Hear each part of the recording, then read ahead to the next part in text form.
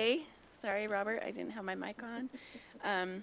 We appreciate those of you who are here, and we're ready to roll. So tonight we're going to have a reverence by our superintendent, Steve Carlson, and then a flag salute, pledge of allegiance by our student school board member, Michaela Barton. We want to excuse tonight Wade Hyde, board member Wade Hyde. He's been asked to be excused. So. Okay, I'd like to start tonight's reverence just with a comment. It is November 12th, but as we know what yesterday was, and I'm just in awe every year of the great things that our schools do to honor our veterans and the great assemblies we have. And I was able to, watch a program last night, Flight of Honor. Many of you might have seen that on TV. And I think it's just good to remember that we're still in the greatest nation on the face of the earth, and it's on the backs of those ladies and gentlemen who've served from the beginning of when we were a nation to even now to keep us safe. So I just wanted to make a mention of our veterans and our current armed forces folks that are doing great jobs to make us such the greatest country.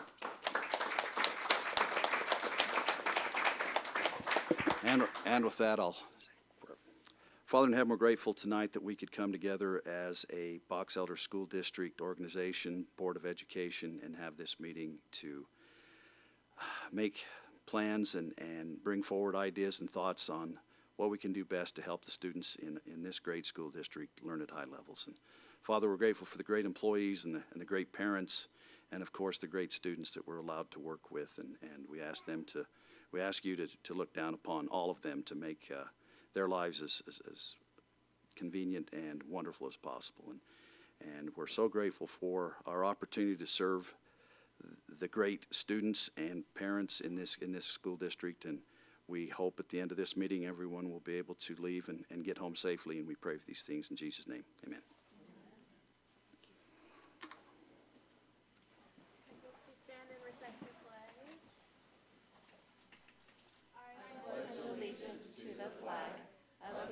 States of America, and to the republic for which it stands, one nation, under God, indivisible, with liberty and justice for all.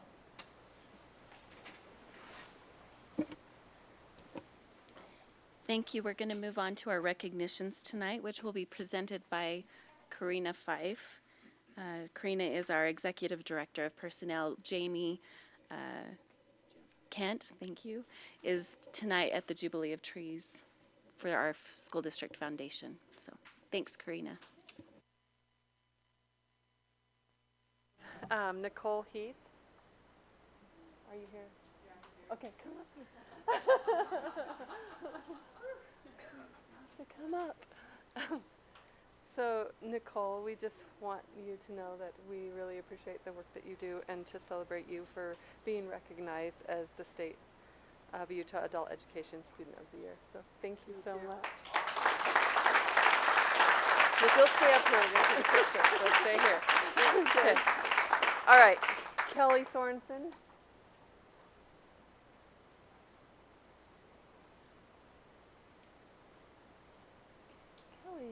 Hi. So Kelly was recognized by USBE as the Counselor of the Month for October.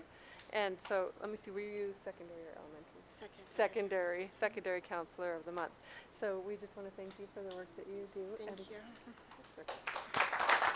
And stay up here. Okay, London Clark. And London is our USB Counselor of the Month for elementary. So thank you for the work that you do. We just want to tell you how much we appreciate it. Thank you. Let's go.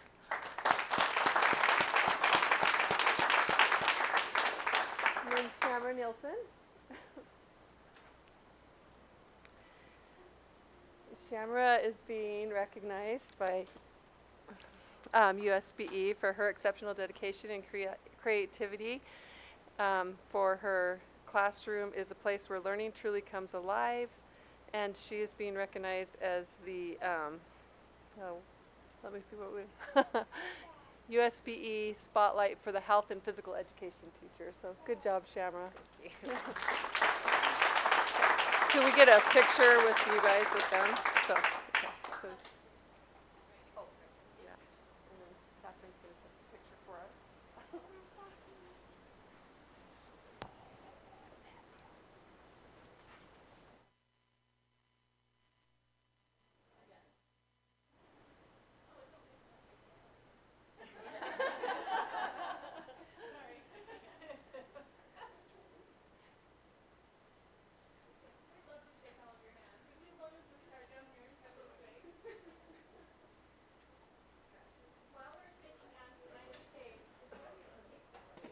Thanks so much. I'll say it in a minute. Thanks for all you do. I appreciate you. Thanks for all you do. Thank you. Congratulations. That's so awesome.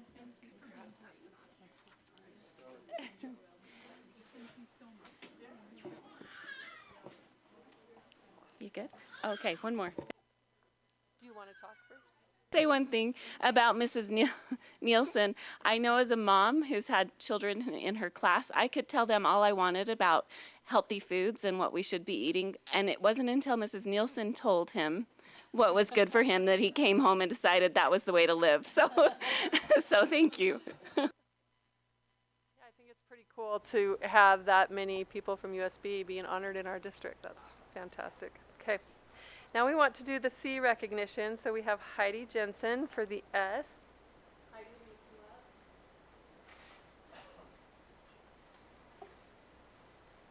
come up? Okay, you get to hold the S. So this is for strengthening PLCs presented to Heidi Jensen for demonstrating C initiative characteristics in Box Elder School District. Heidi Jensen works hard to do what is best for students and wants them to be successful. Her wealth of knowledge and experience helps the kindergarten team find ways to support all students. So we're going to have you keep that S for our picture. Okay. Okay. One of our E's goes to Angie Smoot. Angie, this is for elevating employee appreciation. So for demonstrating C initiative characteristics in Box Elder School District, Angie Smoot is the heart of keeping the middle school machine running. She goes above and beyond supporting teachers in several ways. First, teachers know they can count on her to organize what they need in an emergency or any sick day. Second, she keeps staff luncheons, breakfasts, and treats organized and frequent. Overall, teachers know they can count on her for just about anything. Thank you.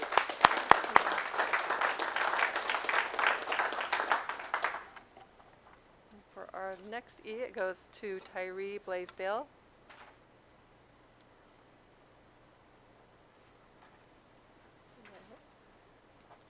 And this is for expanding student connections. For demonstrating C initiative characteristics in Box Elder School District, Tyree Blaisdell has an ability to make meaningful connections with her students. Tyree has a soft and calming presence and puts students at ease, and she works diligently to build personal relationships with each child in her class. She takes the time to understand students' individual needs and supports them in achieving success in kindergarten. Tyree also celebrates her students' efforts with fun rewards, creating a positive and motivating classroom environment. This was demonstrated during Pirate Day. Her class was absolutely adorable and had fun dressing up as pirates. Tyree's commitment to knowing and connecting with each student makes a lasting impact on their growth and confidence. Thank you, Tyree.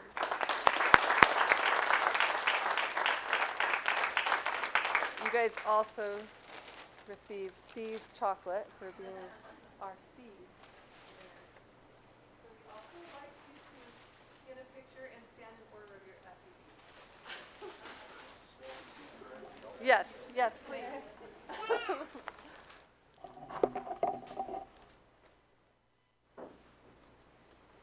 Get this down again.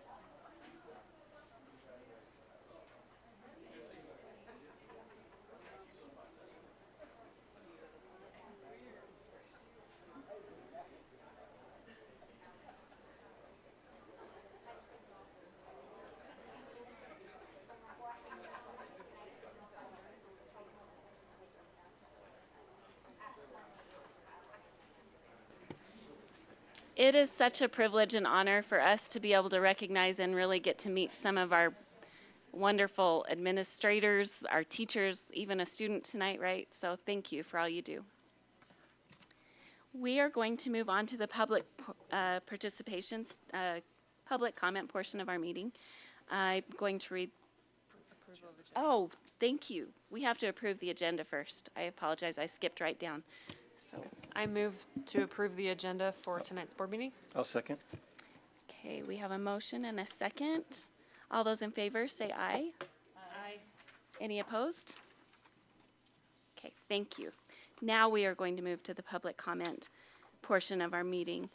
The floor is open at this time for any resident of Box Elder County or staff member to address the Board of Education on items pertaining to education and/or the operation of the school district. Participants will be given the opportunity to address the board in the order in which they've signed up. Patrons must state their name prior to making comments. Individual comments during this segment of the meeting are restricted to a maximum of 3 minutes. Group presentations are restricted to a maximum of 6 minutes. A majority of that group must be present at the time of public comment. Group members must be listed on the public comment sign-up sheet and the opening of the comment. Handouts may be used and distributed to board members. If handouts are distributed, all members of the board and district staff present should receive copies of all handouts.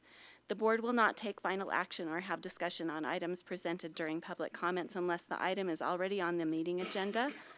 If additional studies needed to respond adequately to the questions or comments, the residents may receive a written response.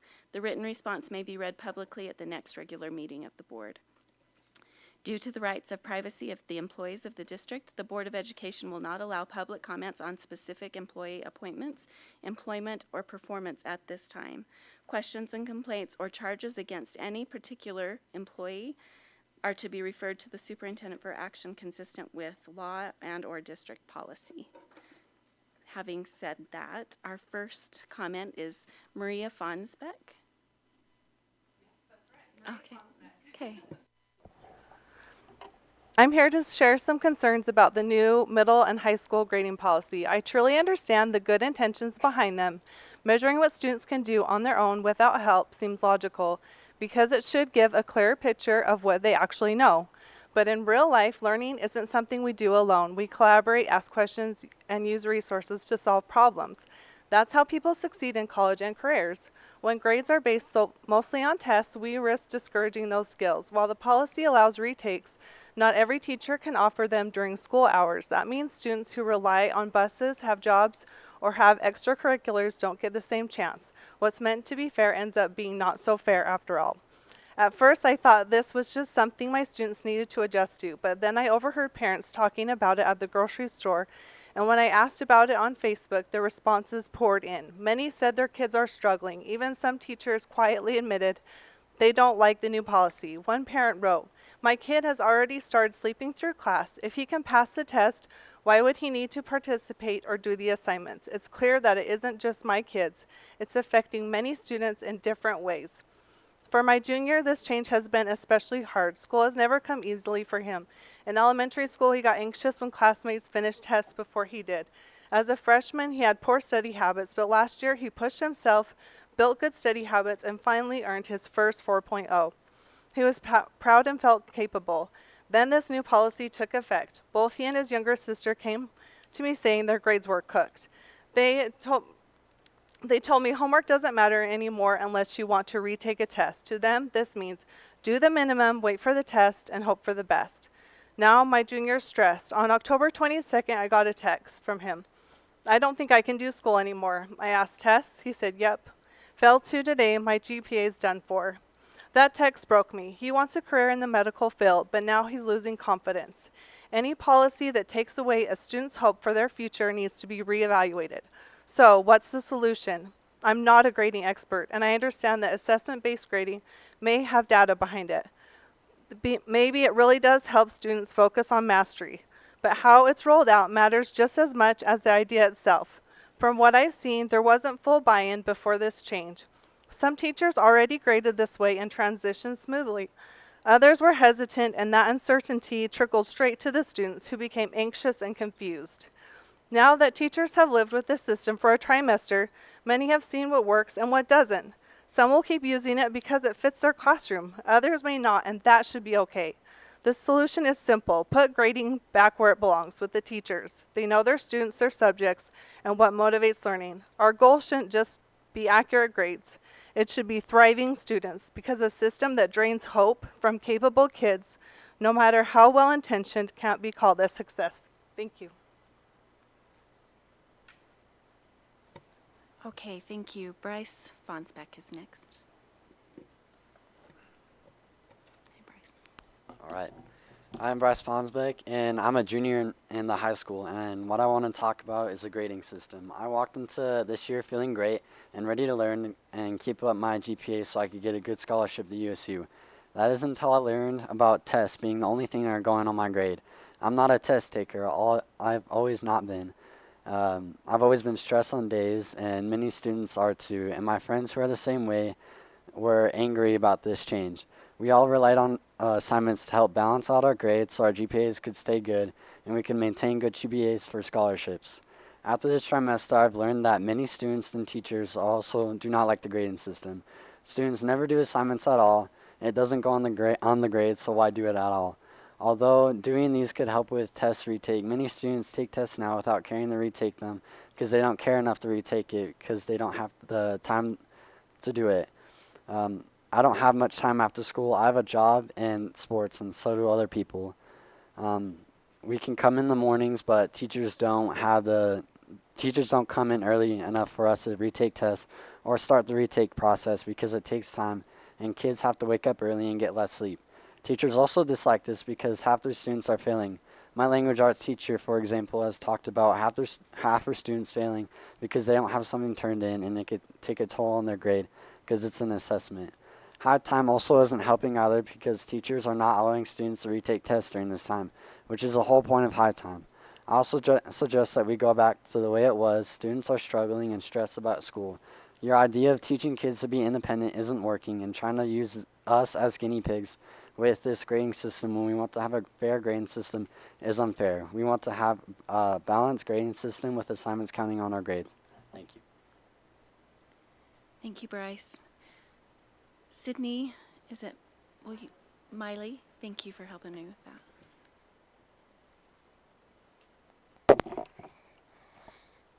Okay, well, Bryce and Maria actually covered a lot of what I was going to talk about.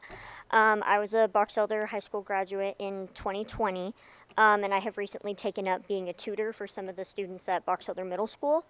I was unaware of this policy change until I was asked by several concerned parents to help their failing students because maybe math isn't their thing and they needed somebody who could teach it rather than just do it themselves and not be able to explain it for their kids. So I've been helping out with that. I was just curious, one of my questions about this grading system is, were parents consulted and given an opportunity to express their opinions about this before it was put into place? And were teachers consulted about this? Because I have several teacher friends that I have stayed in contact with and also that have become teachers since I graduated high school 6 years ago that have expressed that this is just not working. And back when I was in high school, it was still very heavily focused on tests in terms of your overall academic grade. It was 75% weighted on assessments and 25% weight on assignments, which, like Bryce was saying, really helped balance out for those people who get test anxiety. And one of the young ladies I work with does really struggle with test anxiety and actually left a retake for math today at our middle school in our community in tears, afraid that she's going to have to retake it and not be able to graduate high school because she just can't get ninth grade math and still has 3 more years to go. And that, to me, at least, is not what our community wants to have for our students. Let's see. I definitely agree with what some of the others who've spoke have to say. I mean, we don't sit up in our careers as adults and have to do everything ourselves. I myself work at Nucor, which is a very highly ranked, very proficient corporation in corporate America, and I ask people questions all day long. I don't really think it's fair to hold 13, 14, 15-year-old children to higher standards than we are held to as adults in our careers. A suggestion that I have, because I like to bring solutions and not just problems, would be, now that this has been in place for a little while, maybe send out a poll to students, teachers, ask what their opinions are and what have been the biggest issues with this new process, because it seems like there are plenty and a lot of them are very similar. Whether or not it's at the end of this next trimester or at the end of the school year, I definitely think that something needs to change just from being exposed to it as a member of the community, not even as a student anymore. It's just not working. Thank you. Thank you. We appreciate public comment. We appreciate when citizens come and give us their thoughts and direction and help, so thank you. All right, we're going to move on now to our action items. The first action item we have is F1 on the schedule, agenda, approval of revised TSSA framework. Keith and Heidi Jo are going to present that to us. We just have that minor change of, in the policy last year, we updated it to say that the TSSA final plans would be reviewed in November, but by state law, they're not required to necessarily be reviewed at a specific time. We found that what works best for our principals is to present them at the same time as the school land trust. So we're just taking out November so that they'll be presented at the same time and communities can see the two plans are a little bit connected, so.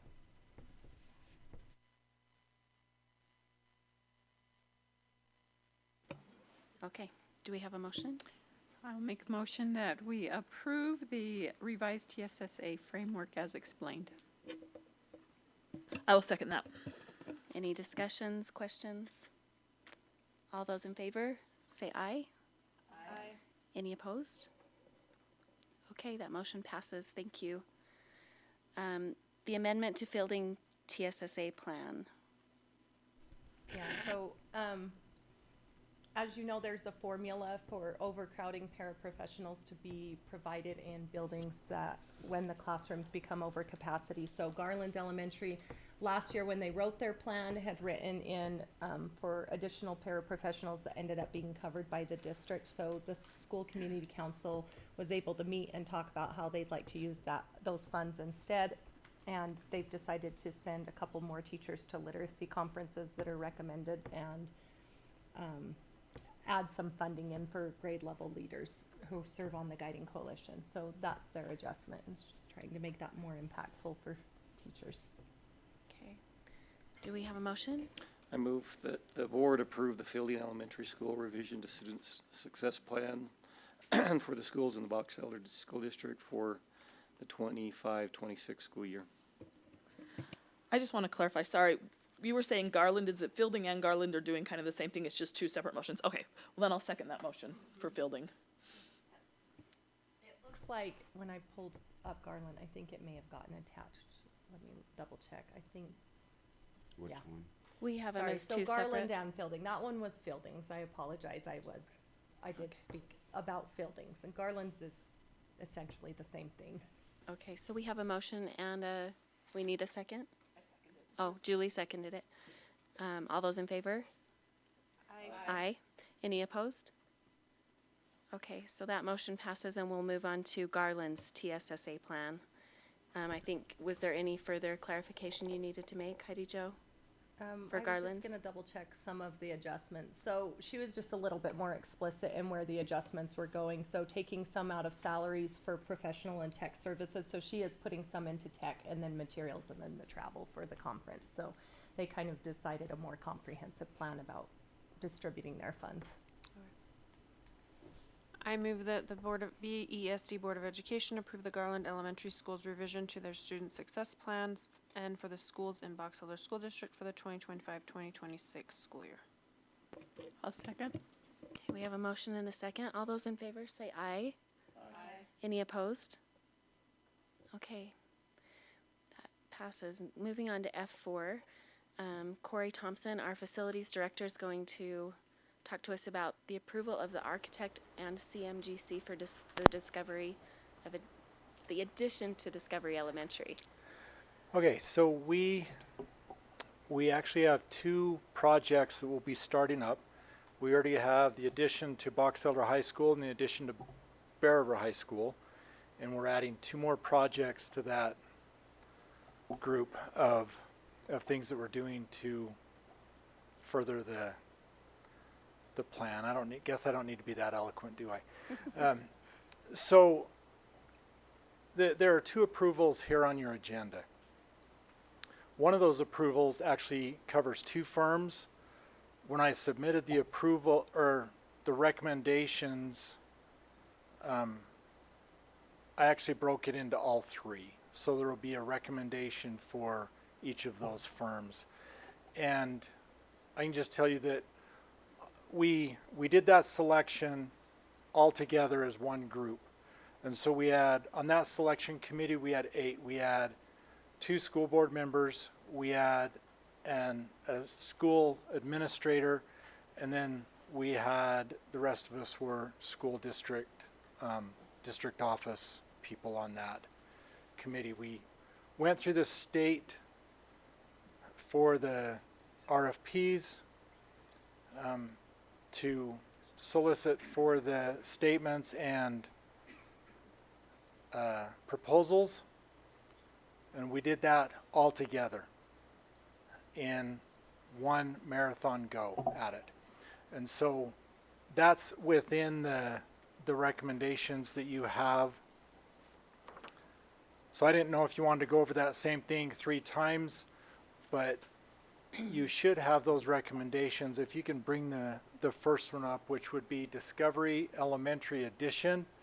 So this is for the architect to design and follow all the way through construction on that project. I don't know if you want me to read through it. It's there. No, I think So we've if all you have had any a questions chance. for me. Yeah, if there are any questions, we've all had a chance to look through the agenda already and look through these recommendations. But I guess I just had one question. Corey, do we have a standard that we always use for selection? Or do we, what is the standard, how we rank? How we rank them? How we make the choice? We do. And so when we develop, and this is why it takes so long to go through this process, but when we're developing we call it RFP for the contractors, request for proposal, and for architects, that one is called a request for statements of qualifications. So when we go through those and develop those, we just build off of what we used before that was already approved by the state. I work with Neil and Yvette over procurement. We develop it, we submit it to the state procurement office. They comb through it to make sure that it's all in line with policies and procedures. And then once all of that is in line, then the state actually posts that on their website so that it is available to anyone who can see that. So yes, and then it's a point value system. Each member of the scoring committee scores individually on their own. It's not a collaborative sense, so we're not trying to convince or influence each other. And then we came together and just submitted our score sheets, tallied them, and these are the results from those score sheets. okay, I think we're ready for motions. I move that Design West be approved for the architectural service on the project at Discovery Elementary and grant authority to Neil Stevens and Corey Thompson to negotiate appropriate fees. I'll second that. Is there any discussion to the motion? Okay, we have a motion and a second. All those in favor say aye. Aye. Any opposed? Okay, thank you. Moving on to the CMGC, Thank the you. second recommendation for Discovery Elementary. And maybe as a point of just information, the reason that we want an architect and the CMGC, which stands for Construction Manager, General Contractor, we want that so that we can build that team. Because what the construction manager can do during that design process is lend input as far as maybe lead times on equipment to order that. They can give experience on different building materials and construction time and construction cost. So we actually build a team to do that project. That's why we have those come in at the same time. Well, I will make a motion then that Hughes Construction be approved for the project at Discovery Elementary and grant authority to Neil Stevens and Corey Thompson to negotiate appropriate fees. Do we have a second? I'll second. Okay, do we have any questions then or discussion to that motion? All right, all those in favor say aye. Aye. Any opposed? All right, that motion passes, and we're going to move on to the CMGC for the Tremont Elementary. So on this one, we are using the design that was developed back in 2017 by VCBO Architects, because that design was custom and specifically designed for the property that we have in Tremont. Then we were able to continue with that design, but because the costs are so much different now than they were 7-8 years ago, we had to go out to RFP for a new CMGC. So that's the difference here, that we didn't need to get an architect also. We already had that in play. So. I move that DWA be approved as the CMGC on the new elementary school in Tremont and grant authority to Neil Stevens and Corey Thompson to negotiate appropriate fees. Are there any? I'll second that. Any questions for Corey or discussion on that motion? I do have a question. Sorry, because we already had the architect, and we have to like kind of almost start that whole thing over? Are we saving any money, or is it? So, yeah, there's been a lot of discussion on that point in a couple of meetings. What we're getting, it's really a crystal ball thing. But as the discussion has gone on, the feeling was that which design is appropriate for that site for the Tremont community, and it was determined that the building that was designed back in 2017 is still appropriate. There are some modifications that we're going to do inside the building, as far as creating some small spaces to have offices and small groups. We need to create a space for an assistant principal and a counselor, which was not part of a typical elementary school back in 2017. So there are some spaces there. It's really, I mean, I wasn't the only one in that discussion, so I don't know if you want to open this up to others that were in that discussion. The discussion happened with the facilities committee. Yes. And as far as, pardon me? I was there. Oh, I'm sorry. Because Because further discussion happened just on Monday. So with the facilities committee, so just so you know, the board was represented by 3 members and the leadership team, and anyway. Yeah. Well, if I could, in a nutshell, we decided to stay with the same design. However, since 2017, we now have counselors in elementaries, which we didn't have then. We now have LCSWs that need space. We have probably, just say, more behavior problems. We have, there's been a tremendous increase in our IEP students, and there just needs to be more of those smaller individualized spaces for that tier 2 and tier 3 learning. And so with that, that's part of it. The other part of it is since 2017, when that plan or design was created, there's been 2, is what we were told, international building code updates. And so with that in mind, VCBO has to send those plans back to mechanical engineers, electrical engineers, concrete, foundation engineers, just every single sub, I guess, and they have to compare what was planned in 2017 to what is now the code, and they have to upgrade those, and of course that that's just money. And so I think your original question, it is gonna cost us more now, still again, even, but not quite as much as if they just started from scratch, if that makes sense. Yeah, I guess, sorry, my reasoning just to ask the question was, I don't know, was more to just explain why it's probably gonna take longer than just, we have a plan, we're gonna go build it Boom, now. boom, boom. It's gonna take a while, and we're just putting forth the effort to make sure that this plan is up to date, I guess. Yeah, and even if we were to pick a different plan, it would still have to be civil engineered to that site. So they just balancing, or trying to figure out the balance there. And maybe to put it in perspective, thinking about the plan that we have designed that's going to go in to that new property in Tremonton, I'll compare that square footage to Garland Elementary and Golden Spike Elementary, our newest school.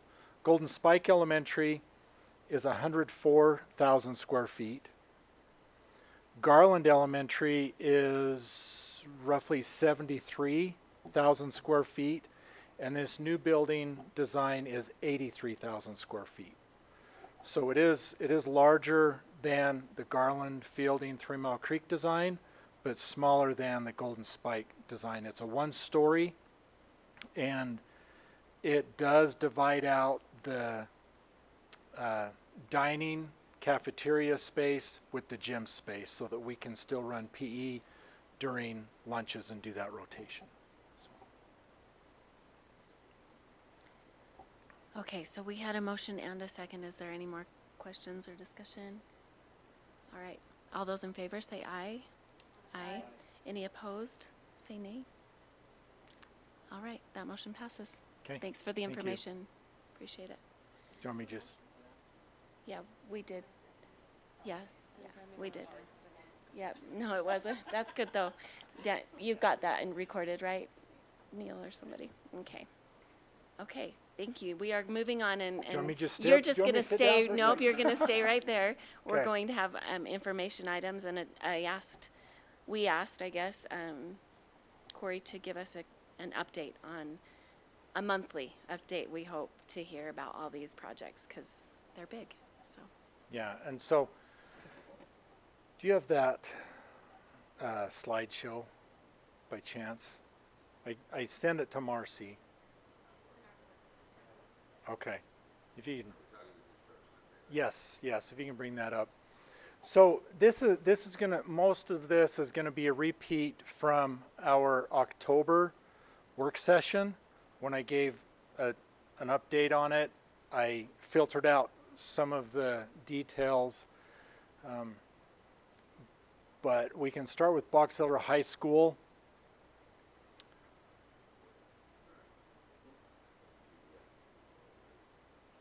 I thought about sharing it with you, and then I forgot. I apologize. So the addition, this is a Box Elder High School. The addition will replace most of the current CTE building. There will be a new bus drop-off and pickup to separate from car drop-off pickup, some remodel of the existing school, a new health and physical education building, and right now we're estimating the cost to be roughly around $48 million. So the next slide. This is the site plan. Top of the page is east, so the front door faces east, and the natatorium is on the left side or north end of the campus. So I'd like to start on the bottom right, which is the southwest corner. There is going to be a new bus drop-off pickup that will separate from carpool drop-off pickup, which would likely be on the front of the building. There will also be some additional parking. Moving up from there and look, yes.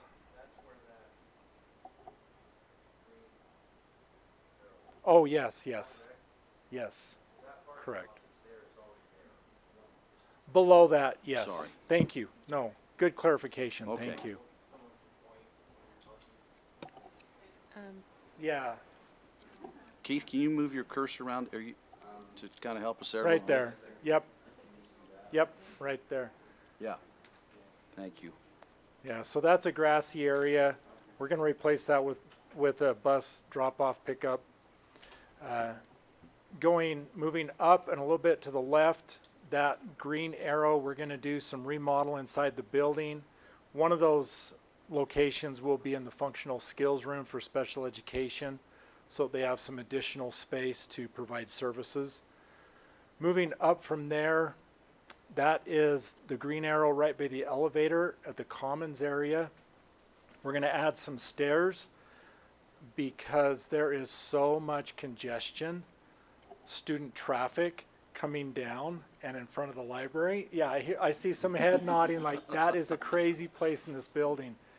And There aren't stairs there, right? It's just the elevator and the correct. stairs are to the side. The stairs are to the side. So by the elevator, we would have stairs coming down from the upper walkway. Kind of just a straight shot on either side of the elevator, is that? Right. I think of them like a promenade stair coming down. So Promenade into or the promenade? promenade. Is The it- promenade, I don't know. promenade. I don't know. A Tomato, prom. tomato, I thought it was sorry. promenade at prom. So. Yep. Yeah. So that the library has a storefront or entrance that comes out into the hallway on an angle. We're gonna remove that and flatten it, straighten it out, because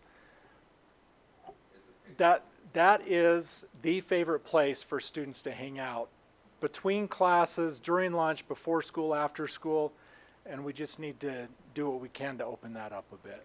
Thank you, Keith, yeah, for reminding me. Straight up from there, that is going to be a secure entrance. We're adding on to that entrance so that it'll force visitors into the office. Moving to the left from there will be a teen center. If we move down and to the left, that is the current locker room. We're going to move that locker room into the new health and physical education building. Sorry, we're going to move that. I can't talk. That's the current weight room. We're going to move that current weight room to the health and physical education building. Once that weight room is moved, we're going to remodel that weight room into additional girls' locker room space. So that will essentially double at least the locker room space in that area for our female students. So then the purple in the middle of the campus, that is the current CTE building. We're going to remove, demo, and build a 3-story building on that, pretty much on that same footprint. That will be some new CTE classrooms as well as classrooms on the 2nd and 3rd floor. Right now we're planning that we will have, they call it shelled space on the 3rd floor for future expansion and future enrollment growth, so that we can do that without saying, oh, now we got to bring in portables and try to find where those go. I might just add, because, you know, this idea of where's the 9th grade going to be, 80+% of all 9th grade will be on the 2nd floor of this 3-story building. There will be some 1st floor also, and then obviously you'll have PE and a couple other places, but most of the classes, 9th graders will basically stay on the 2nd floor most of the day. And then where that green arrow is pointing, so one benefit of this model is that it essentially, if you know Box Elder High School campus, this will essentially connect the main building with the welding shop. So keeps all, well, not all, it provides a way to keep the majority of the students within the same building. One secure building. One secure building, yes. And so because of that, we had to provide a way for people to still get to the stadium from the parking lot. And that's what those green arrows represent, is a foyer, large enclosed walkway that will lead from exterior parking lot to the stadium. So they can lock down the doors so nobody gets into the school proper during stadium events. and just walk through there. Okay. Except to go to the bathroom. Yeah, to the restroom, the restroom area can still be open and accessible just like it has been. So. And then we go down from there. The health and physical education building would be west of the current natatorium, which is on the current soccer field. So we've got stadium labeled to the right, ball diamonds labeled to the left. The main portion, or the main part of this health and physical education building is turf. And on the left, that large room is the new weight room. That's where it will be located. There are restrooms in that building. And then on the second floor, yeah, you can scroll down on this. This is going to be the second floor. We have a large multi-use area that will be above the weight room. That's going to be for aerobics, dance, yoga, just a variety of different uses could be in that large room. And where the cursor is, that's a classroom. So it'll be every part of that building can be used for education. Then in the top corner is a staff office. Okay. Now, the next slide is the hard one to discuss. Timeline. Oh, yes. So, yes, there would have to be an elevator. We're not sure if that would look like a typical elevator or would be a lift. The difference is a lift is more open, not an enclosed carriage. But either way, we do have to provide ADA access to that second floor. Yes. Okay, timeline. And I'll go over timeline for Box Elder and Bear River, and then we'll get into the Bear River slides. So we've always said that the Box Elder remodel would be an 18-month-ish build. So if we look at that timeline, we still need to use that CTE building at least through the end of second trimester, which puts us, second trimester ends the end of February. So the soonest that we could get in there to abate the asbestos would be the beginning of March. Asbestos, we're doing the testing. The contractor's going to go in there on the 21st of this month, so a week from this Friday they'll go in, do the testing, then we'll know a scope of work. It could take 4 weeks to 6 weeks to do that abatement. After they abate, we have to have a week that it just sits so we can get an air clearance before we can go ahead and demo that building. The contractor's saying that building demo and a haul off is going to be a couple of weeks. That puts us into May before we could actually start construction of the new building.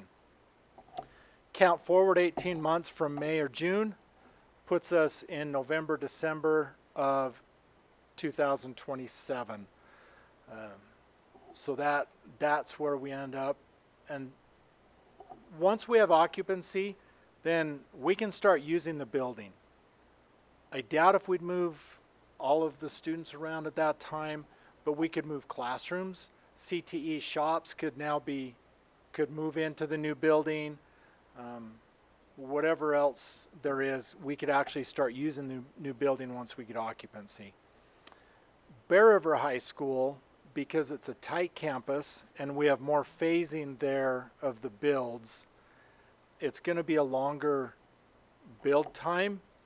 Because, well, I'll get into that on the slides, you'll see it, but the demo and begin construction late spring, early summer, and then occupancy late spring, early summer of 2028 is the goal right now. So Bear River High School, the addition will extend north of the main building and be connected. The new softball field east of Bear River Nat We'll have additional parking, remodel of existing school, new health and physical education building, and that cost estimate, we're sitting right now around 40 million. It's not as many square footage because it's not as big of a population that we're looking for. So if we look at the site, between the natatorium and Bear River Middle School is a softball diamond, pictured there with a green arrow pointing at it, about in the middle of the screen. There's some benefits to moving the softball field. So where it sits now is in the southwest corner of the campus. It does not have restrooms over there. There are some upgrades that need to happen to that field to bring it more in comparison to the baseball field. And to do that is going to cost quite a bit of money, including if we had to bring a sewer line back to that corner, it would outweigh the cost of moving the softball field. Now the benefit of the softball field being between the natatorium and middle school, we can add additional parking there. That's the gray diagonal lines. The natatorium already has locker rooms that are underused. They're ready, they just don't get used. And it has a concession stand already. So it already has some of the infrastructure in place that putting the softball field there has advantages. And we are going to do what we can do. I didn't put this on the slide, but to separate the bus drop-off pickup from car drop-off pickup. If you've ever been to Bear River High School at release time, you know it's crazy with all the buses and carpool and students trying to leave. So we're trying to give some separation. One of the ideas is that we would put the bus drop-off pickup north of the softball, where the new softball field would be, but we're working with transportation on that to determine. So if we look at the building proper,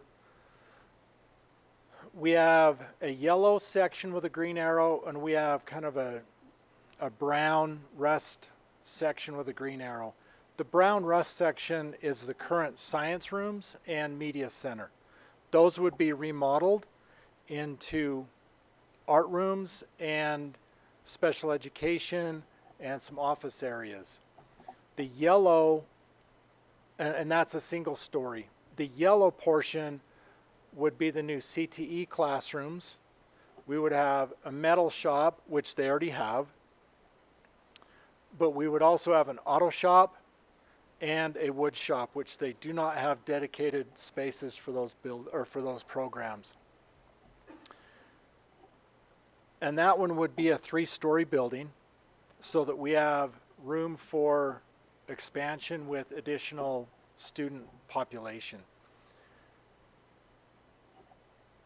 Then the red below the stadium, that would be a new, we call it an auxiliary gym, but it would be the health and physical education building. That is where the CTE building sits right now. So that's the complication of this build, and the phasing is we need somewhere for those CTE programs. So we need that new building done so we can move CTE into there, and then we can demo that building and build the new health and physical education building. It's going to be a tight window for that phasing. And then where the current softball field is, that would likely, what we're talking about is that would become green space for a practice field, and the current practice field on the north side would become parking. We've also talked about flipping that. This is still in flux, that piece of it, but this is one rendition of what that would be. And then the next slide is a more detail of the health and physical education building. If you can scroll down on the, yeah. So this would have additional locker rooms. It would have a concession stand on this would be on the northwest corner or the top left corner. Then we have 2 locker rooms, mechanical space. This would have the weight room, a new weight room, and then a couple of, a classroom and a training room. The reason that this would have a weight room is we're doing the same thing as at Box Elder High. Moving the weight room from where it currently is inside the building to this building, and the space inside the current school that is the weight room would be remodeled into additional girls' locker room space. Okay? Timeline as far as the 2 projects that you just approved some firms to work on. I didn't put that in here because I don't know. But the Discovery Edition, it can take some time to develop that custom addition onto that building. It's not going to be a quick process. I'll first meet with the architects. They'll look at the building, get some ideas of where things are, where things could go. Then they'll meet with a group of district personnel, school level people, teachers, trying to get an idea of what we need in that building to bring in new students and still have it work. The elementary school, incidentally, I've been calling it ES14, just as a placeholder.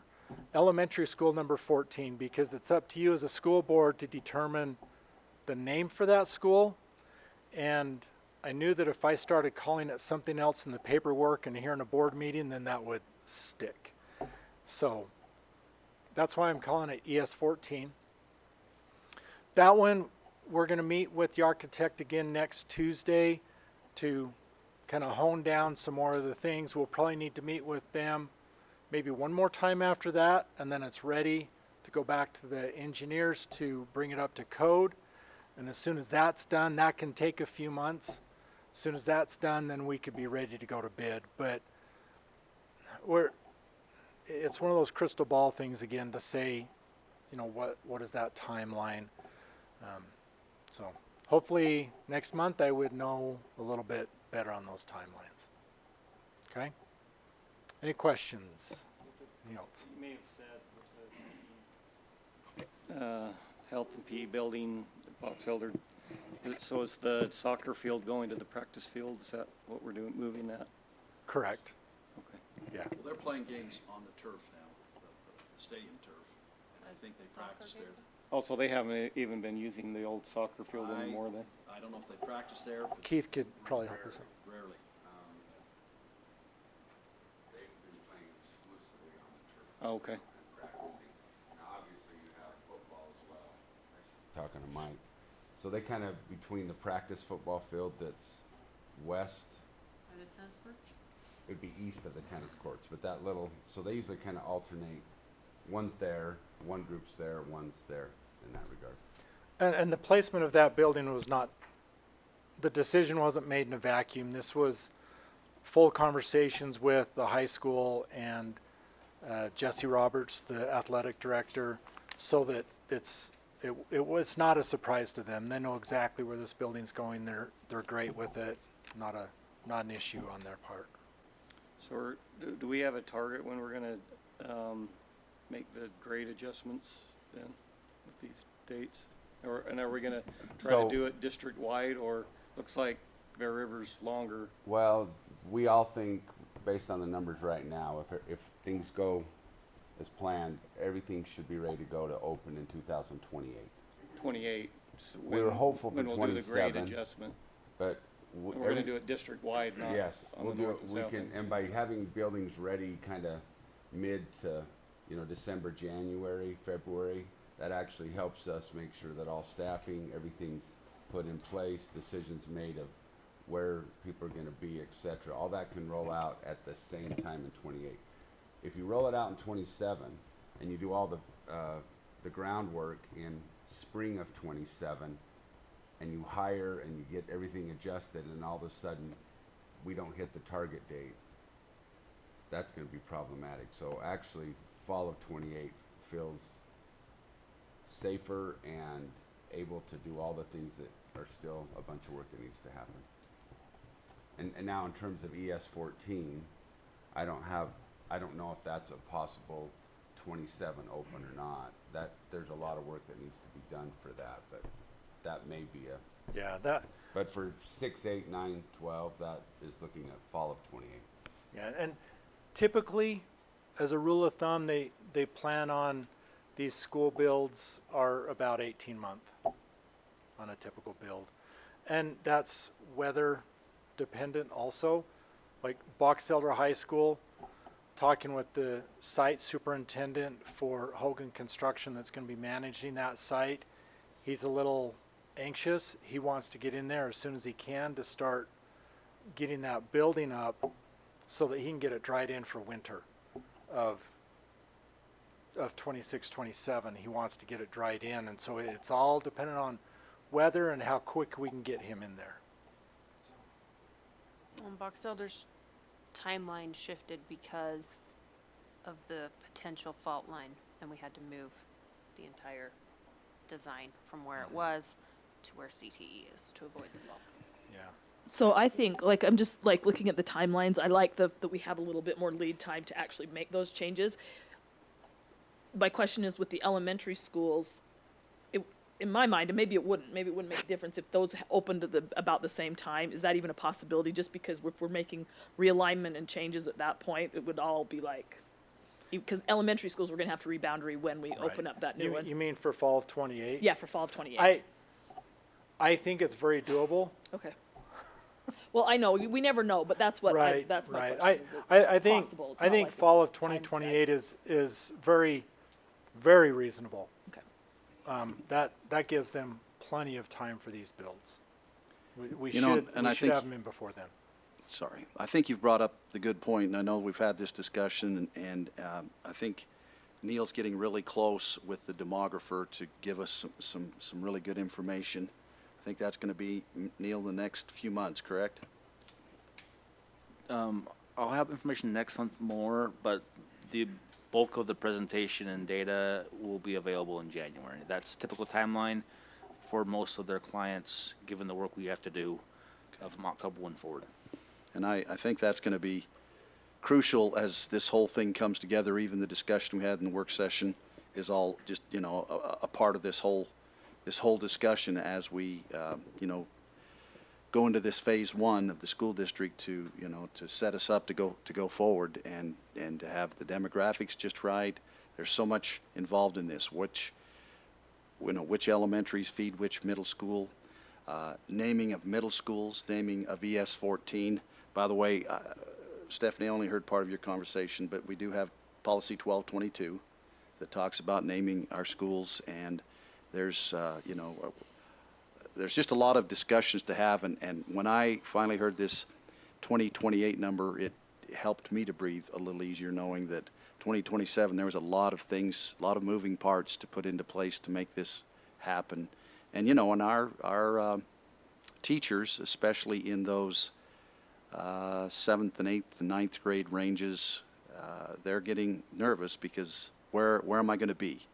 And which school am I going? Am I going to be a high school teacher now, or am I going to be in which middle school? There's a lot of things that are really going to be interesting to be a part of the next year and a half. I mean, as we sit here next year, it'll be November of 26. There'll still be probably a lot of discussions going on even then. But hopefully it'll be starting to get wrapped up by then. I just really want quickly, the board, I've been so impressed with Corey and our leadership team, how the architects, how they have brought in educators and building administrators and our athletic directors. They're bringing in, yeah, even the secretaries with office space. They're bringing in the people who work in those spaces, and they will continue to do so. They've done such a good job collaborating with the people who are going to live there, right? And know what needs to be in each room and each space, and our architects have been phenomenal, going through and being so willing to go back and readjust and just make it just right. We've got one shot at this to make it exactly what we need, and you're doing a good job. So thank you. Thanks for that collaboration. It takes more work. Yeah. It takes a lot more work to collaborate with people, and they've been so willing to do that. I'm really grateful.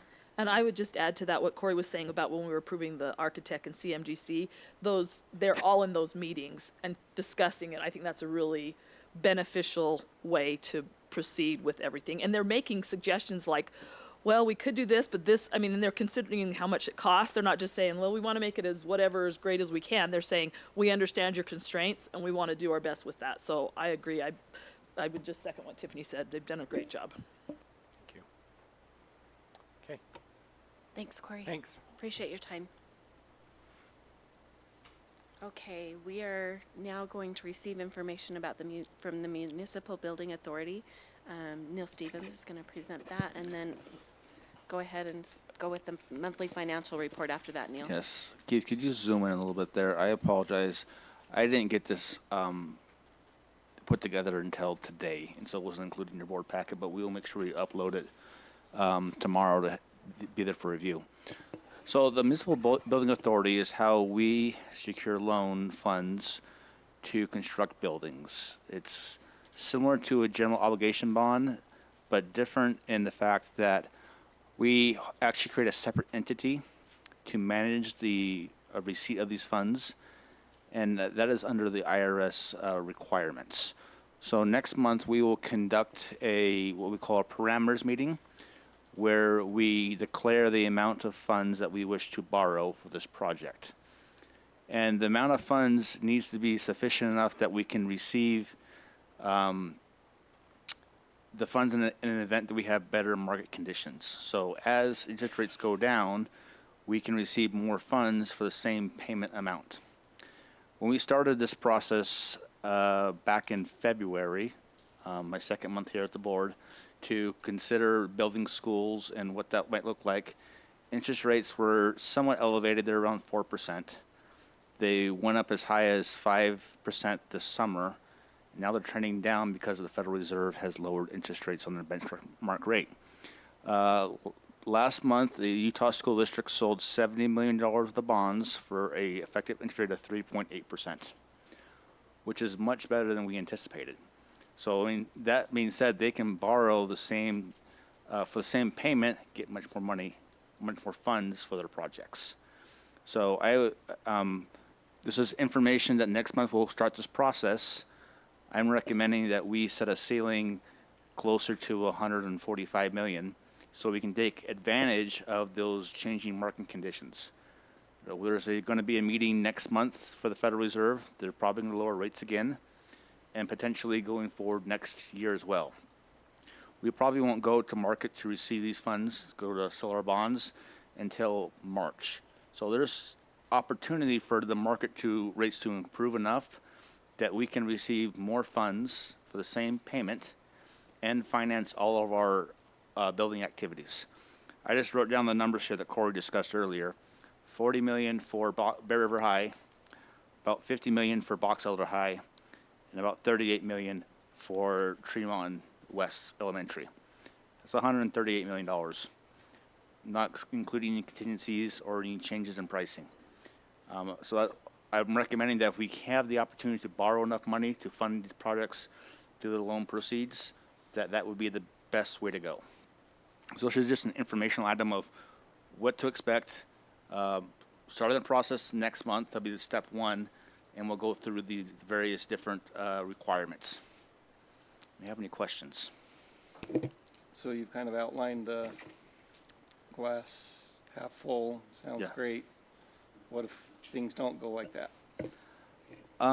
It would take in my opinion, it would take a significant financial event in the world to reverse this. We're talking like a war, significant change geopolitically. Right now, the trend is going in the favorable direction. Remember, what happened last spring is the tariffs that were announced caused fear and anxiety in the market that all of a sudden everything that we're doing is going to cause more inflation. That was the trigger last year. We're essentially at the same point now as we were last February with interest rates. So it's always possible.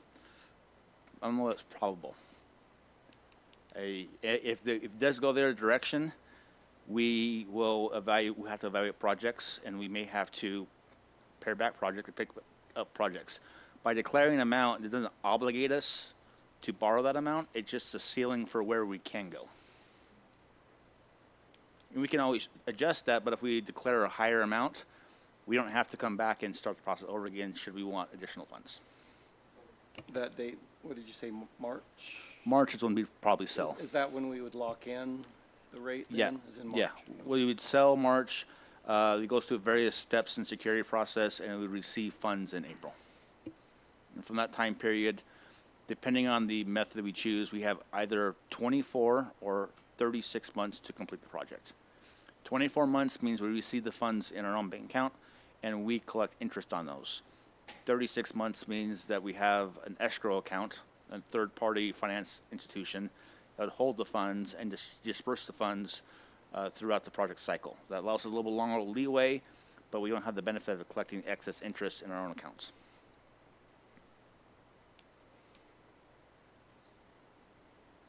Any other questions for Neil on that? Comments? Thanks for keeping us posted. Sure. So Please. next month we'll have a agenda item of action for this item. Yes, okay. All right, the financial report. Keith, do you have that up there? I know it's kind of small here. Financial report is kind of boring. There's nothing much going on here. Property taxes will start rolling in next month, and the following month, the bulk of them, that we receive the majority of the amounts. If you can see that our spending slightly elevated compared to last year, and each of the columns gives a percentage of last year versus this year. It's slightly elevated. It's a percent of the budget, just because we have front-loaded some expenditures. We have some construction projects going on that were left over from last year. We have some purchases we made for materials that also are left over from last year, or we're front-loading expenses. An example of that would be we're going through a Chromebook refresh. We're working on a server room for IT. Those are all front-load expenses we're incurring now that will not be ongoing expenses later on.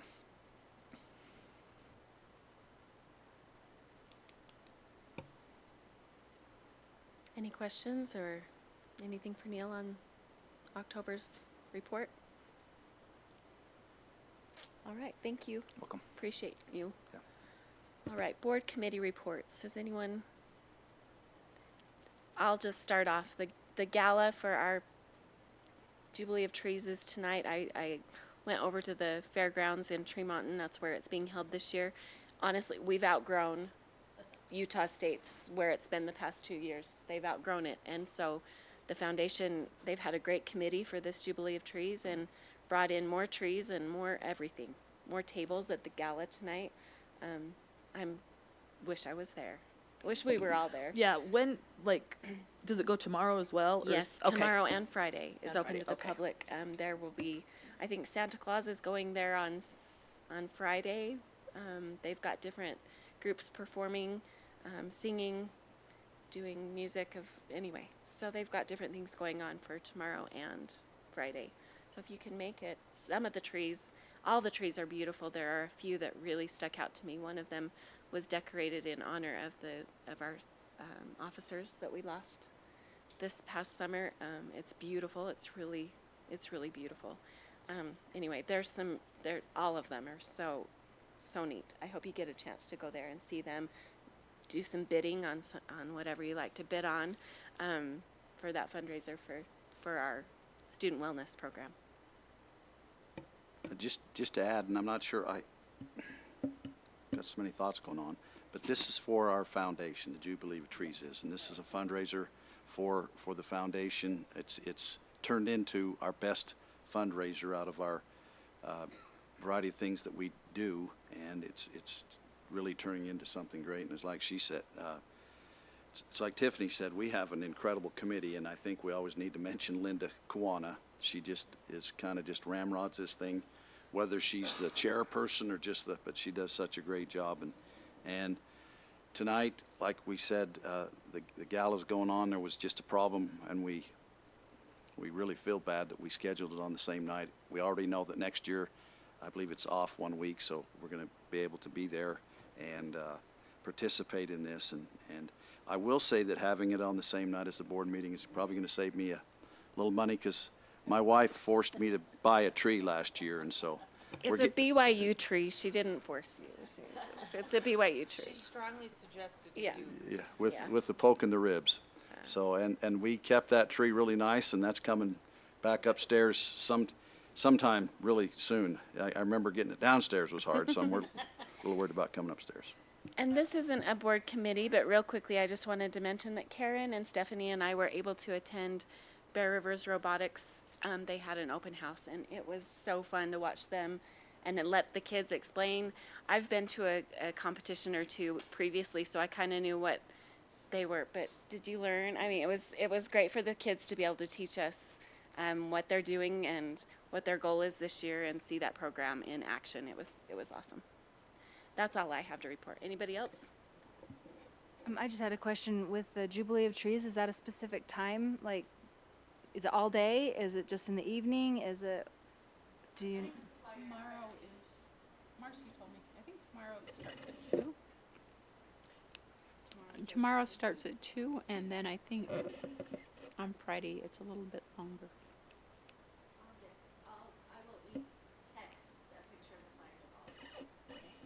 Thank you. And then also, I mean, there was a few of us at the play for Box Elder High, and that was amazing. It was brilliant. Any other committee reports? Any thing you've met with?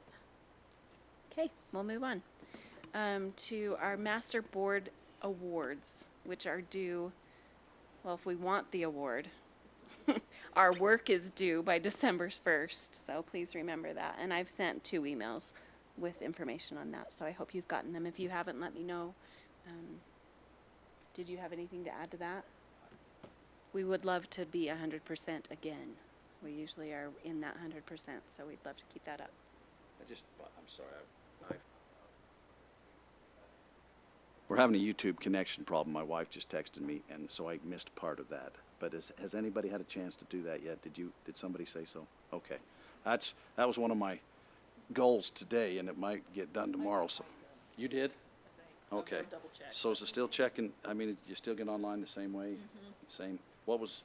Well, so it's a little bit different this year as far as like the format of it, but some of the trainings are the same. And again, it's the 4 year, so I chose like the 4 years and beyond kind of one. And so a lot of it is like you, at that level, it's like you say what you've done to accomplish those things, like, and there's different things, but it's very similar.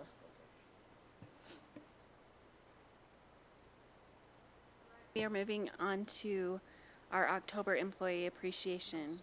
Student board member report. I'm sorry. I about skipped you. Is it on? What exactly do I do again? Just update? Yep. Right now I know both Bear River and Box Elder are doing their can drives, which is going really good. I got to help the student government mark them, and it was a lot of food. So I know that's going really good. And then Bear River's starting their Spirit Week next week, with the classes going against each other with like activities. And I don't know, Box Elder isn't really doing much other than the food can drive. And then I know Bear River started they posted something about a winter dance that's new this year, and all of the money that they collect from that goes to their Make-A-Wish fundraiser. I thought that was really cool. I haven't heard anything about our Make-A-Wish fundraiser this year, but yeah. Thanks, Michaela. Appreciate you. Now we will go to our October employee appreciation. Heidi, Joe, is this something that the October employee appreciation, is this just posted just each, would you like to explain it again? Yeah, it's just for information. These are the employees of the month in each school building that We just kind of started to try to recognize more employees, and they get a small gift card that they can choose from a few different places and just get recognized and appreciated in their buildings for the great work that they do. So they'll be on here every month. Are they nominated by people in the buildings? Like, how are they, or is it just that somebody chooses them? Every principal can kind of decide how they want to Okay. do it within their building. It can be nominations, or it could just be like, you know, the leadership team says, hey, this person's outstanding this month. So we kind of, just as Box Elder leadership as a belt, we just made it available, put the funds out there, and let each school handle it how they want, just as a way to elevate employee appreciation. So Thank you for putting them here for us so that when I see, when I see them out in public or wherever, I can congratulate them. So it's good. a lot of them are being posted on their school Facebook pages and social media, and then Jamie's trying really hard to reshare those too, to just really kind of promote how much they get recognized and appreciated for the good work that they do. So Awesome. Thank you. We are now to our policy review portion of the meeting. Do we have a motion?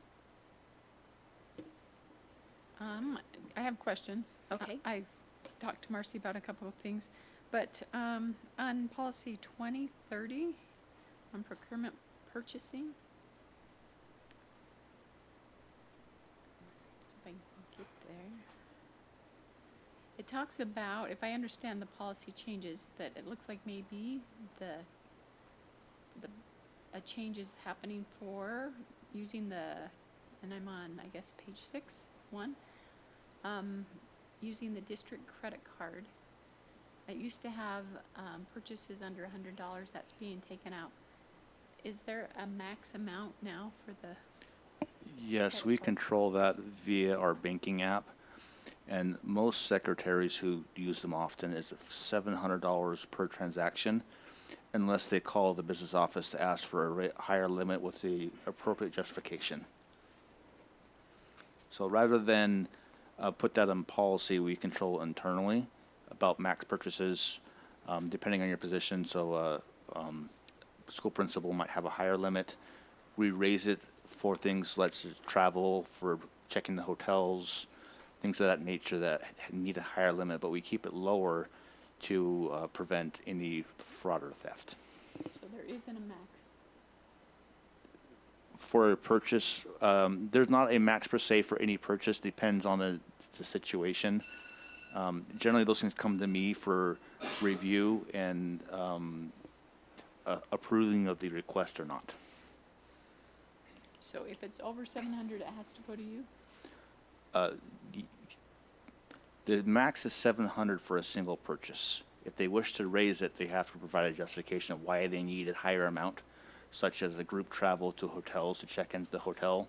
They would need a higher amount because a 3 or 4 day stay at a conference at the hotel is with incidentals, and your deposit is close to $1,000. So we have 4 or 5 people traveling to a conference. They would need to have a higher limit for that purpose. Okay. And then another question I had was on policy 4020, individual learning plan. It talks about, let me get there.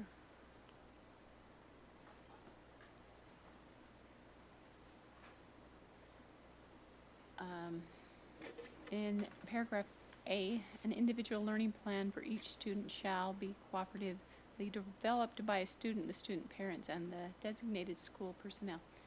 I've had teachers tell me that sometimes it's hard to get parents involved. How does that plan work if we can't get the parents involved? we have a principal here. Would you like to kind of hear from her what those look like? Or, well, I mean, the policy's been in place for several years, like pre-COVID. It's not a new policy. We did adjust it to take off 6th grade and change that to the secondary level PCCRs. But do you want to talk, Shaylin, do you want to step up and just talk a little bit about what that looks like? I'd love to. We just clarified with our teachers this year what needed to be in place in that policy. we created a document that we could share with them so that they could work with parents and students in setting goals and clarifying what they as teachers were going to do, and being able to involve parents in that process. Most parents want to be involved in their child's education and in creating appropriate goals for their students. So we actually created a little kind of a pamphlet that teachers could use to guide them through that process, which just goes off of the policy. It was created right off of the policy. And then in the elementary report card, there's a spot where they can document what their goals are that the teachers created with the students and with the parents. And it's parent-teacher conference today and tomorrow, so they're going through that process. And I will talk to the teachers and find out how that went. And then if we need to get more clear on how we're documenting that and following up with that in the spring conferences, we will. I guess my question deals more with getting the parents involved. If the parents don't want to be involved, how are the teachers, I mean, They occur during parent-teacher conferences. So what our elementary teachers do is they are expected to at least reach out by phone and contact parents if they don't come in for a parent-teacher conference. So it would occur kind of over the phone and tracking them down and giving them multiple opportunities. There are cases where they may not give us feedback, but for the majority, that's what we offer. We're trying. Yeah. so what percentage of parents do you think, just off the top of your head, I'm not going to hold it? 97 to 99%, most So- elementary schools was what I tended to see even in a Title I school. Oh, great. And I might just add, secondary doesn't have as big of parent-teacher conference support, but PCCRs, they do. Yeah, I saw that mechanism was in there, and it's only like every 2 years or, Yeah. right? So anyway, So I think their involvement is so much greater than, but they do go to PCCRs at the secondary level, unlike maybe parent-teacher conference.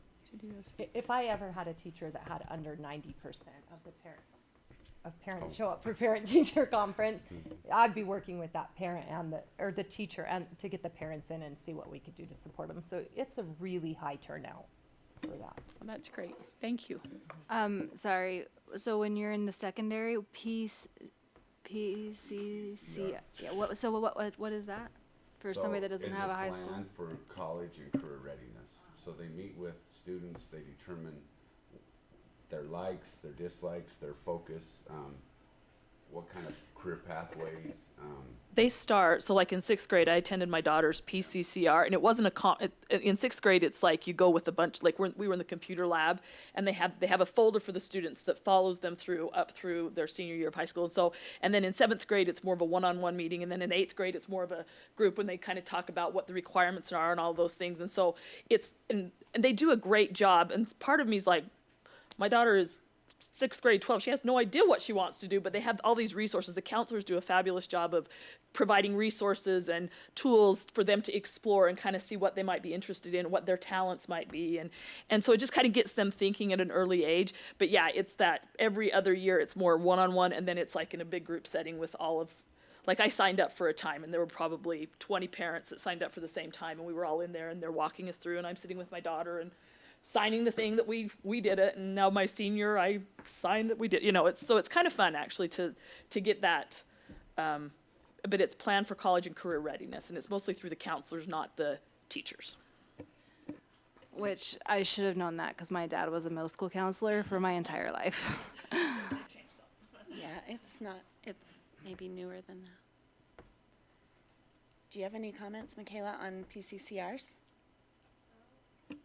I like them. I just realized like last year what I kind of wanted to do, so I kind of like switched. I liked that how they did this year's PCCR because they just had a big group of us seniors go in and they told us like all of the requirements and like graduation information and stuff. It was a little different, but I liked going one-on-one because once you hit like 9th grade, you could just go on one-on-ones and like they answer all of your personal questions, and I liked them. I think they're helpful.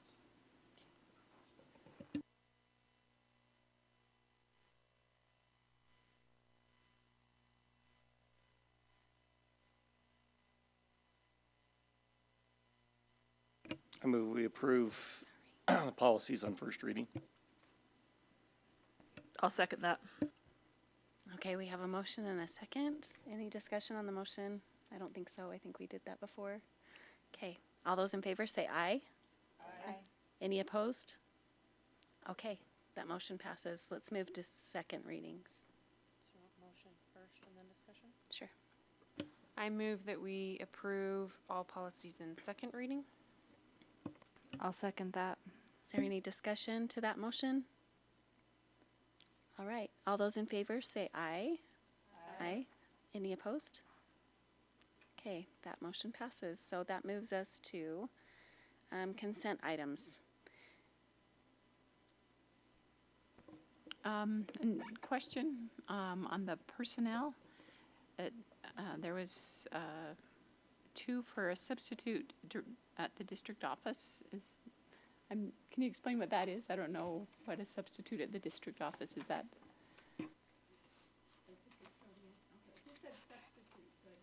That's a custodian that's been there while our custodian that's here was out on leave, Some right? leave, yeah. And so there's going to be 2 to take the ones out. There's 2 spots for a substitute. Karina, can you speak to that?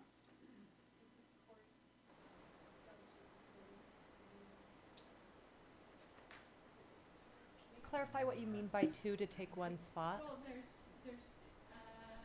new hires, two different substitutes, is all it says, for the district office. Oh, I thought I turned it on. I'm sorry. So the substitute custodians, we have roaming custodians, and they are, for lack of better terms, they're positioned under the district office. But they're they not- flow throughout the whole district. They flow throughout the whole district. Well, they have a home base, but it's not the district office, but because Mike Draper, like, schedules them and organizes where they're gonna go all the time, and it just is labeled the district office. Let me provide some clarity on that. We're required to account for costs by location. So rather than fitting out each month where they're working at, we assign them to the district office for cost purposes, and they float around the district. So they're not necessarily a substitute for someone who's not there at the district office. They Correct. could go anywhere. So it's a full-time position. Correct, but for accounting purposes, we assign them to the district office. So is this a 2 new positions, or is this filling a vacancy? I am not aware that these are new positions. I think they're filling, no. No, they're not new. We have 3 roaming custodians. So these are not new These positions. are just 2 new ones that are replacing somebody else that doesn't do it anymore. Right. They probably became full-time custodians, that's, yes. That's typically. All right, thank you. The substitute had me a little confused at the Yeah. district office. The putting in custodians makes it a lot more. So thank you. Any other questions or comments about the consent items? On the vehicle purchases, is that budgeted, but you're just going out, so that's why it's here? Are these something that is in addition to the budget on the district vehicles and school buses? It would be in addition to the budget. We had not budgeted for those. We've had a shortage of vehicles this year, and our transportation director, Jason Sparks, came to me and made a suggestion that we purchase some additional vehicles to be able to have them for staff to use for trainings that they attend throughout the state, collaborations they may attend in other districts, and for student smaller sports teams such as a golf team or maybe a debate team or DECA or others, FBLA, that are smaller in number. They don't need to use a school bus to go around to the various events.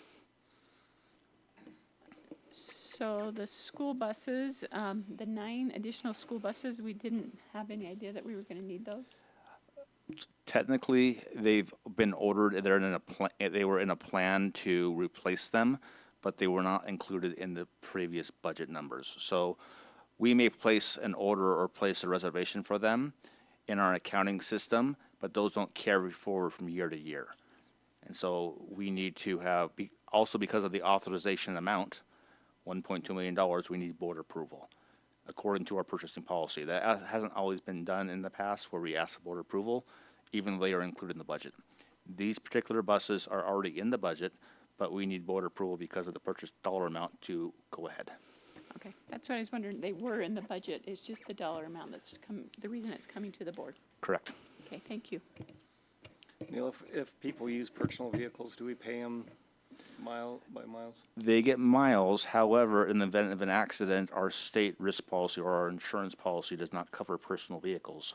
So if they're driving their own vehicle for district business and they're in an accident, their fault or not, we do not cover their personal items, the vehicle, or anything inside of there.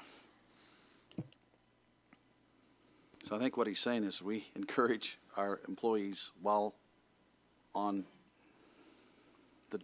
the clock to make sure they drive our vehicles for. Correct. For our risk.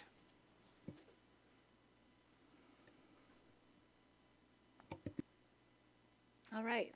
Any other questions on consent items? Those were good. I appreciated that information. Do we have a motion on consent items? I move we approve the consent items. Have a motion. Do I have a second? I second. Okay. Any further discussion? Any questions? I think we've done that. All those in favor, say aye. Aye. Any opposed? Okay. Thank you. That motion passes. We are now at. Oh. I don't know if they did. I don't know if you would have realized that the club you're here to represent were in those consent items. You're approved. You're approved. Do we let them say something or anything? Do you want us just, how many members do you have? Like, do you have anything to teach us about? Which club are you? The Turning Point USA. Come up You want to to the come to the mic. microphone? I guess what I was just going to say is that you'll probably hear more from us in the schools. We're not going to try to be too much of a burden on you guys because I know there's lots of controversy surrounding this. So we're just going to try to keep things chill and just have conversations. That's really all I have to say. Thank you so much for this. I always like to see when students get involved and push for things that they believe in and want to see happen. And so thanks for getting involved in that. Whatever it may be. I did have one question. I think maybe it's directed to you guys. Is the name for it is Box Elder TP USA, correct? So do you include Bear River with that, or is it strictly at Box Elder? So I think if I'm correct, I believe Bear River has a different one that's separate, but we kind of will like work all together with everyone, but the specific high school I believe has their own. I haven't heard of the one at Bear River being an official sanction, Right. but this one is now. Okay. I can do a little digging and find out who that is. No, I think you're right. They would need an advisor at Yeah, Bear River, an right? advisor and at least 3 members. Right. And the approval. And the just like approval, they've just done. like everybody else. Yeah. So your approval doesn't cover Bear River High's approval. It just covers yours. Thank So you. can you guys introduce yourselves so we can kind of. That's a great idea. Thanks. Okay, so I'm Xander Rennemeyer. I am the president of the new Turning Point USA at the high school. I'm Jolene Williams. I'm vice president of the new Turning Point USA chapter at our high school. I'm Scarlett Williams, and I'm the secretary. Am I the secretary? Yeah, I'm the secretary at the Turning Point USA. Thanks for taking the time to come and be Yep. here. Yep. Thank you, you three.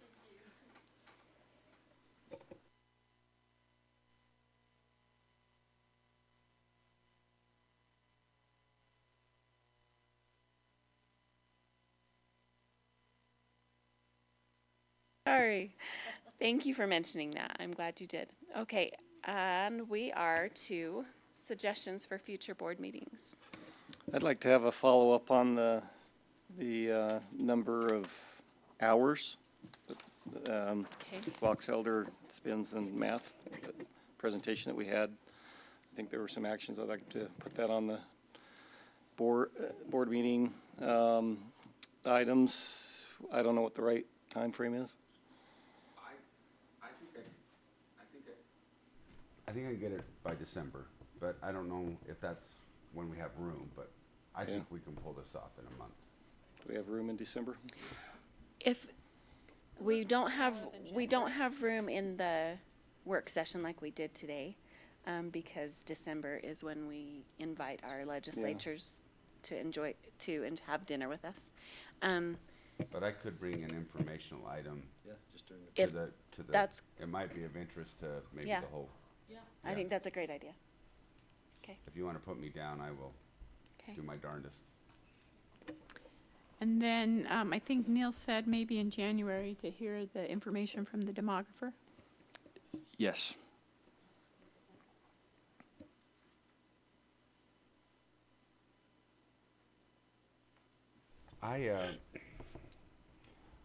For the approval of new courses, Utah State General Education concurrent enrollment courses are kind of going through a revision, and they're kind of getting away from Math 1010, English 1010, Biology 1010, and they're kind of going to a breadth of names, and they're going to introduce some, and in the next 2 to 3 years, they're going to get rid of all of.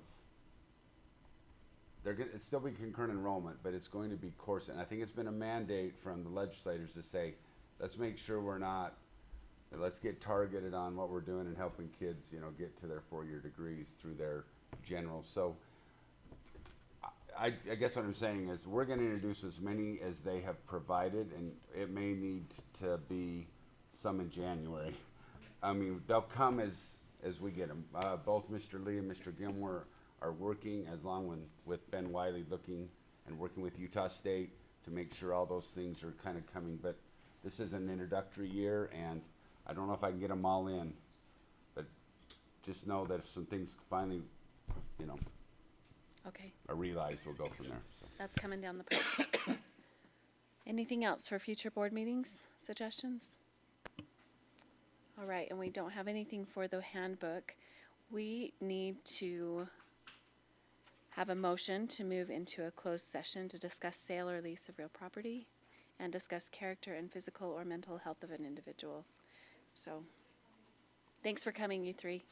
Appreciate ya. And I don't know if it needs to be in the motion, but I would suggest we go in the other room for that closed session, and then we have one item after that that deals with the closed session, so we might be able to end there as well. So I guess what I'm basically saying is you guys would be excused to go clean up and go.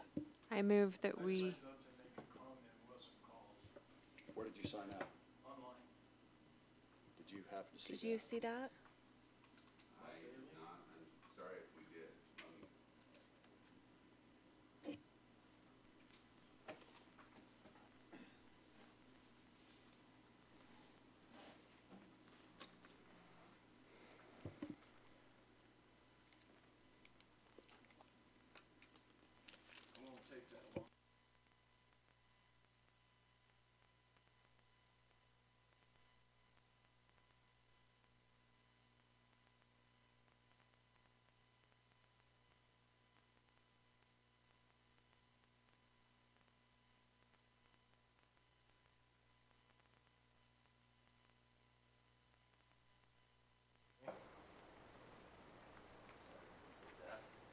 Is that right? Just name and just maybe a quick address and then your topic.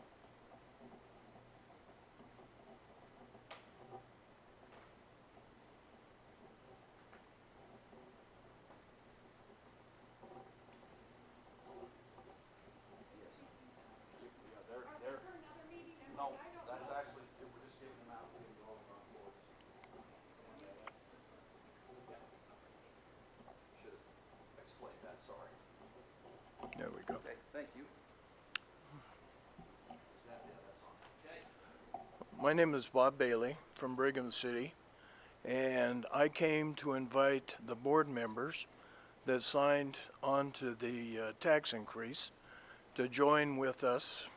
If you'd, what I'm doing is I'm organizing a protest countywide down at Pioneer Park, and I hope to get everybody that is as frustrated and feels that the hubris of this group as to the feelings of the taxpayers, the amount of frustration that's out there is just over the top.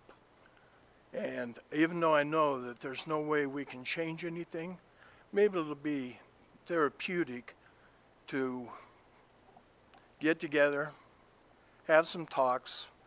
How I envision this is if you would like to come and explain to whoever shows up, and it might be 5 people, it might be 500, I don't know. But I feel as a product of the 1960s that some things need to be protested. That's what happened in my generation, and we ended the war in Vietnam doing it. So anyway, I would like to invite you, because what I have planned is that each one of the voters on that tax increase will have a box with their name on it, and we will put them on the bridge, and we will reenact the Boston Tea Party, and they will be tossed into Pioneer Pond, and then we'll fish them out so that we're ecologically sound. But if you'd like to show up and give your side of it, you'd be given all the respect and time you need.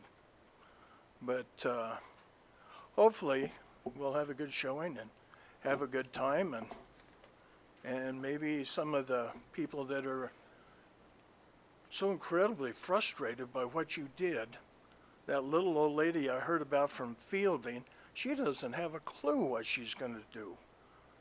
I mean, her house is now valued at $268, and she couldn't sell it for $90. And anyway, it'll be Saturday, November 29th at 7 o'clock at Pioneer Park Pond. And if anybody wants to sign up, I'll leave my card over here, and you can get in contact with me, and I'll put you on the program. Mr. Bailey, will you tell me your email address? Just R.C. Bailey. Okay, R.C. Bailey. B-A-E-L-Y. B-A-I-L-E-Y. Hey, I'm a product of the Box Elder school system. What do you want? R.C. Bailey. R.C. Bailey 223 at gmail.com. When I worked for the district driving your buses, and I screwed up and I used that excuse, they did not find that funny. By the way, it was very frustrating working part-time for you, because you'd work 1 month and not get paid till 2/3 through the next month. Thank you. And I'm sorry that the sign-up didn't work for you for, Okay, that's for all right. comment. As long as I got to do this, Yep. because I felt it was really important that you guys be given the opportunity, because I don't think being sneaky and doing stuff behind people's back is productive. Thank you, Mr. Bailey. Okay, Have a good thanks night. for giving me time. You're welcome. All right, we need a motion. We are back to a motion to go into closed session. I move that we go into closed session to discuss sale or lease of real property and discuss character and physical or mental health of an individual. I'll second. Okay, we need a roll call vote. Does that need to be said so that we leave this? I think Just go into. to go in.